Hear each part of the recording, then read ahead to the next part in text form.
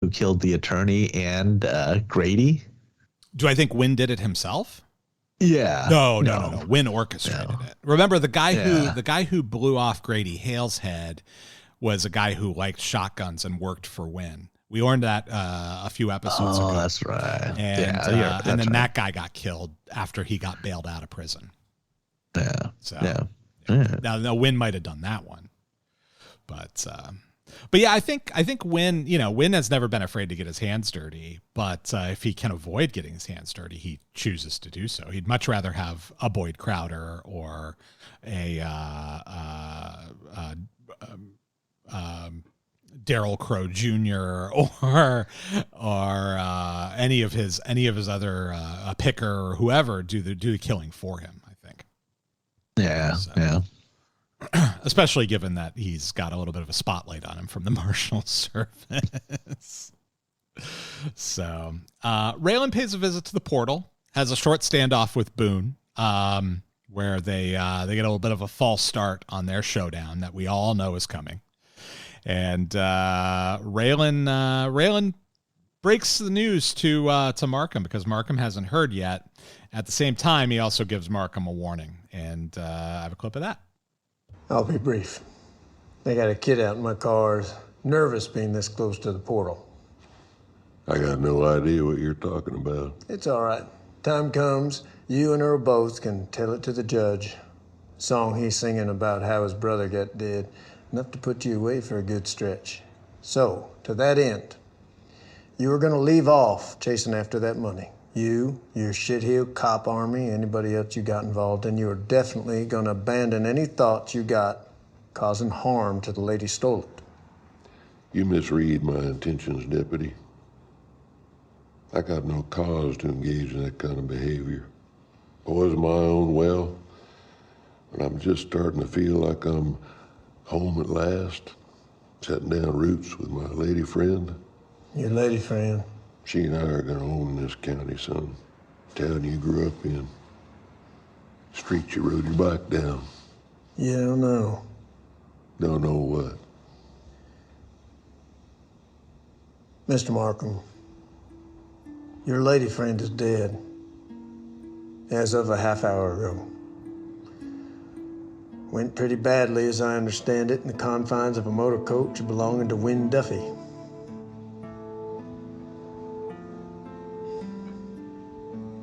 All this is on you. As you undertake your grieving, may that guide you as you contemplate your next move. I wonder, when I hear that, I always wonder, and I don't think there's any truth to it, but there might be a little kernel of truth to it where Markham is like, hey, why am I going to, blow up my spot here trying to, I'm going to set fire to this entire county to try and get my money back. I'm trying to make hundreds of millions of dollars, not chase 10 million. And so I think there might be some vague legitimacy to that he wasn't going to go full scorched earth. He was going to try and get his money from Boyd and then try and find Ava if he could, but not blow up the county while he did it. I don't know, though. Maybe he's just full of shit, too. Yeah, well, I don't know. I mean, the sense that I've got from Markham is he's not...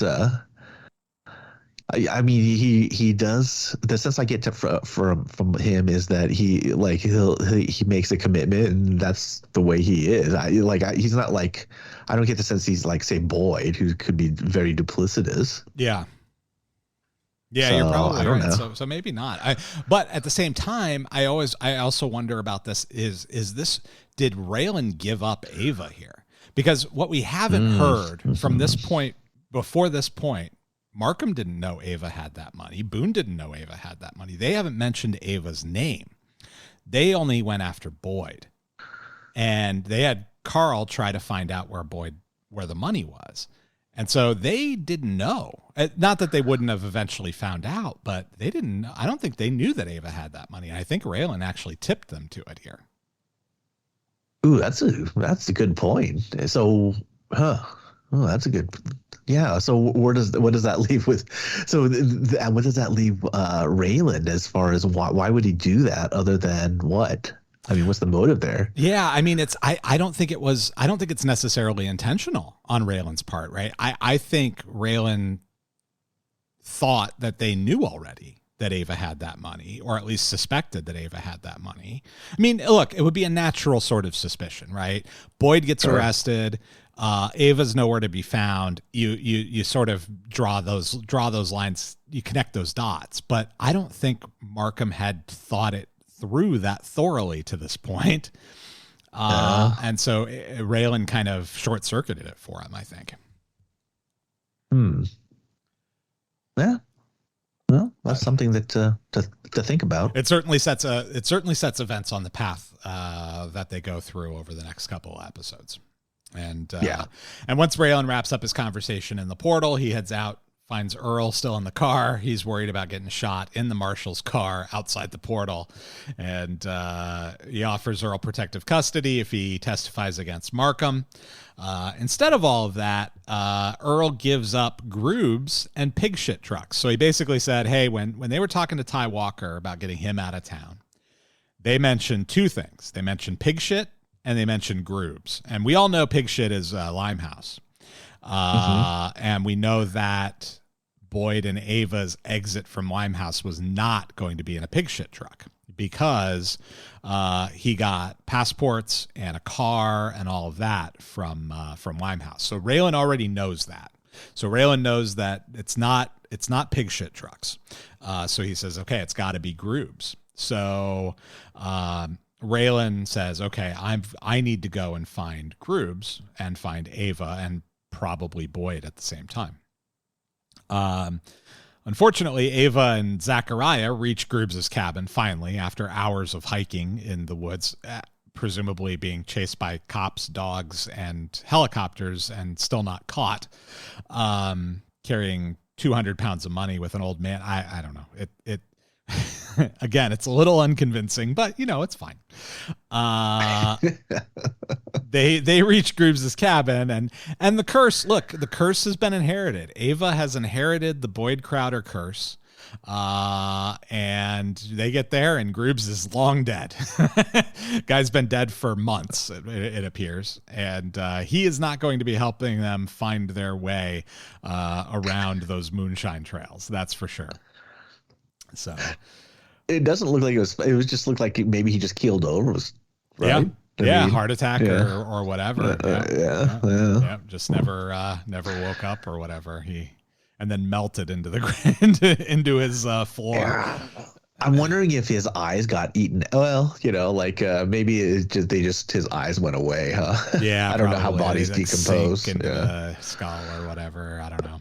You got to figure at some point he was being munched on by some wildlife too. That cabin didn't look particularly sealed up from the world outside. Yeah. So. So he's long dead. Ava's very frustrated. They no longer have an exit plan, but they do have $10 million, which can get you a lot of exits, assuming you can make the right connections. So we'll see what happens from here.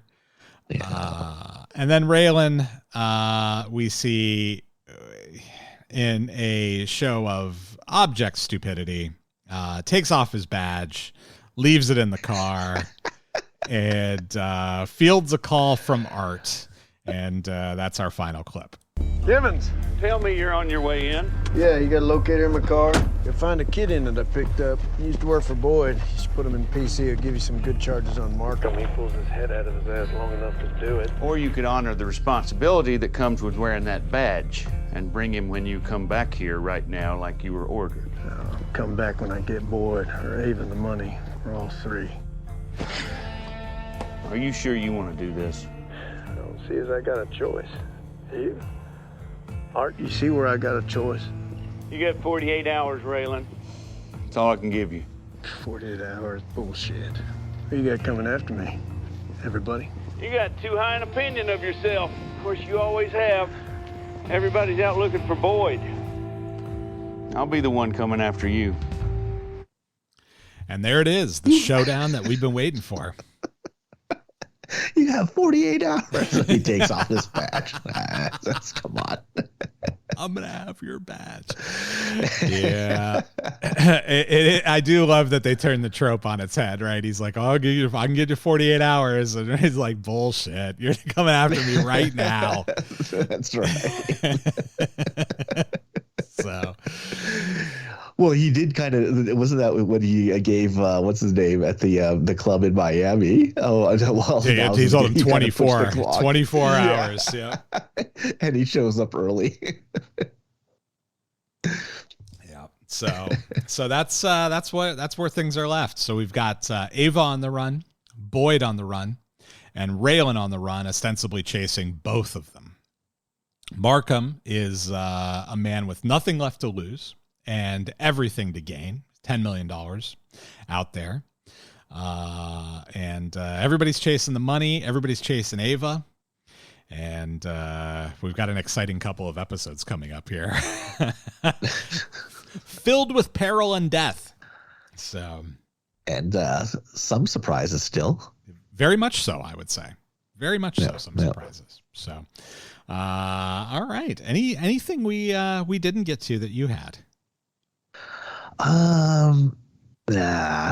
Like Boon is just like the whole thing. Oh, you got to feel my balls. They're so blue right now.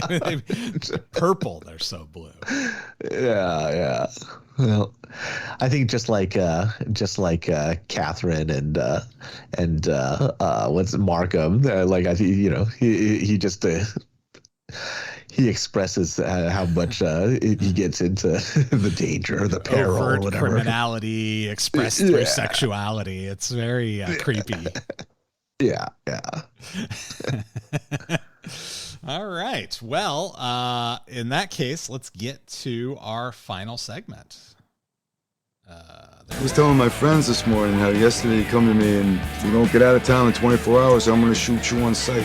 Fire now! Are you going to shoot him if you catch him? I'll kill 4 of you before you even clear your weapons, and I'll take my chances with the other 2. If you get the chance, shoot him in the nuts. I don't pull my sidearm unless I'm going to shoot to kill. Are you going to shoot him too, Raylan? And Raylan doesn't even pull his gun. He came close. But he does not shoot anybody in this episode. There were the 3 deaths: Carl, Katherine Hale, and Mike. I just had an interesting note. Like I don't know if you ever read like people who get shot. Like they talk about bullets and stopping power and stuff, and it's pretty common for people to survive like pistol rounds. So like when Mike, he might he had a very slim chance of actually surviving getting shot like the 5 times or 4 rounds, whatever it was that Katherine put into him. What kind of revolver was that Katherine was using? That it looked like it was a 44, maybe. I think it was just like a regular, like a 380, like a Saturday Night Special. All right. Yeah. It's just like they're. Like it's better getting shot by a pistol round than like say a rifle round, because the speed and the damage isn't going to be as much. Yeah. So that's that's why you want to use, if you're using a pistol or whatever, you want to use the higher caliber, right? Because that's or the fragmenting bullets.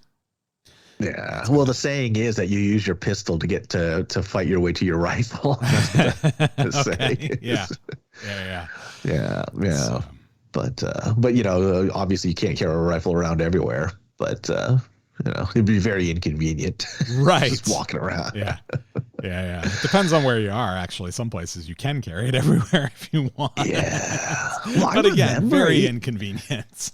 It used to be a big thing that people would carry, like open carry in California with the rifles and stuff, and then like people would just like freak out. So then they just said, and I don't think it's very constitutional or whatever, but whatever your opinion, but they just made a law saying, oh, you can't do that anymore. Yeah, Even it if was, you just. Yeah. It was relatively recent. It was like 2004 or something, 2003, something like that. Because I remember there being a big controversy about some dude who was walking around Pacific Beach with a rifle. Yeah. And it would just be like they wouldn't carry like, I guess the regulations at that time, or the laws were, you couldn't have a magazine loaded, or like you were allowed to have a magazine on you, but you weren't allowed to have it loaded. That's exactly right. Yeah.